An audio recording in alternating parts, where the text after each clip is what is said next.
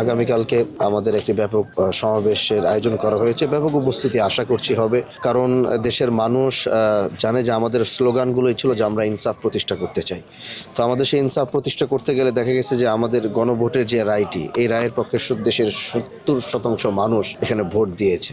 তো আমরা আসলে নিজেদের কথা বা নিজেদের বাণীগুলো মানুষকে পৌঁছানোর জন্য ময়দানে নামছি না। দেশের পক্ষে দেশের 70% মানুষের সেই কথাগুলো, তাদের আবেগের জায়গা, তাদের ভালোবাসার জায়গা, এবং সেই জায়গার থেকে আমরা এই আন্দোলনটিতে বা এই বার্তাটি সরকারকে বুঝিয়ে দেওয়ার জন্য, সরকার হয়তো বুঝতে ভুল করছে বা বুঝতে পারছে না, তো জনগণের মাধ্যমে এই আকাঙ্ক্ষাটা যেন সরকার বুঝতে পারে এবং এই প্রত্যাশাটা যেন জনগণের পূরণ করে, সেটাই হচ্ছে আমাদের। যেহেতু আমরা একটা অ্যালায়েন্সের মাধ্যমে ওখানে কাজ করছি, জোটের মাধ্যমে আছি, আমরা আমাদের জায়গা থেকে সর্বোচ্চ চেষ্টা আমরা সরকারকে বোঝানোর চেষ্টা করছি। এখন দেখেন, কেউ সংসদে বোঝাবার চেষ্টা করব, কেউ রাজপথ থেকে, ময়দান থেকে, মাঠ থেকে কেউ বোঝাবার চেষ্টা করবে। এইভাবেই আসলে একটা গণতান্ত্রিক দেশের একটি মানুষের একটা প্রত্যাশা হয়তো পূরণ হয়। তো আমরা আমাদের জায়গা থেকে সংসদে সরকারকে এবং বিরোধী দল, আমাদের সরকারি দলের যারা আছে, তাদেরকে বারবার বোঝানোর চেষ্টা করছি। তো আশা করছি সংসদ প্লাস ময়দান দুটো যখন একসাথে হবে, আশা করি তারা এটা বুঝতে পারবেন। এটা আমরা আশা করি যে এই রায়টা 70% মানুষের এই রায়টা বিফলে যাবে না, এটাই আমরা এখনো আশা করছি, এটা ধরে রাখছি।